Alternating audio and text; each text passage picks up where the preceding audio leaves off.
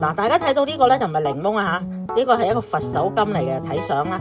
咁因為呢個佛手柑咧，哇好香啊，就俾我切開咗一半。咁有好多人話佛手柑咧可以攞嚟做香薰嘅，咁啊啱嘅。但係原來新鮮嘅佛手柑咧，基本上係好似有3-4個檸檬咧切開咗擺喺度咁嘅味啊。咁咧我就已經切開咗啦。咁我咧就將佢切咗一半，因為做日應該半日好大個嘅，咁我切咗。哇，好香！原來佢裏面係冇肉嘅，係皮嚟嘅。咁啲人就話攞嚟浸水啊、煲茶飲都係可以嘅。咁我咧就將佢切片，嗱呢個擺喺度先，有成半個嘅。咁我咧就切咗啲片啦，咁啊特登俾大家睇下係點樣嘅。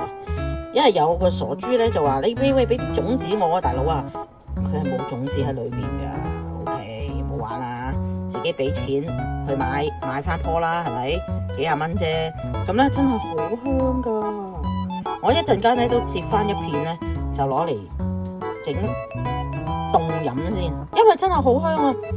哇，夾住個芒咋，如果唔係，我以為有好多嘅唔係芒果，係檸檬喺我面前咯，係咯，就係咁啦。咁啊，佛手柑啦，呢個我仲有一個未摘啊，已經係2個未摘啊，遲啲再摘落嚟嗰個我真係攞嚟浸水啦，唔好嘥，因為咧佢形成果實再整到係黃色嘅時候，呢一個青色噶嘛，即係成熟啦就黃色，好似檸檬咁咧，其實都差唔多成幾個月時間，甚至乎成年。我嗰個咧，而家有一個咧就係成年都未變黃色啊，咁所以咧其實真係唔容易種啊，話就話易種，話易種俾你聽嗰啲啊，真係呃你嘅有啲 ，OK， 真係都幾難種。好啦，我就將呢啲擺喺雪櫃吸味，咁呢一個咧我就再切片沖水飲睇下得唔得先，因為咧我朋友話好好飲嘅喎，即係嗰陣香味啊，即係淨係嗰陣檸檬味。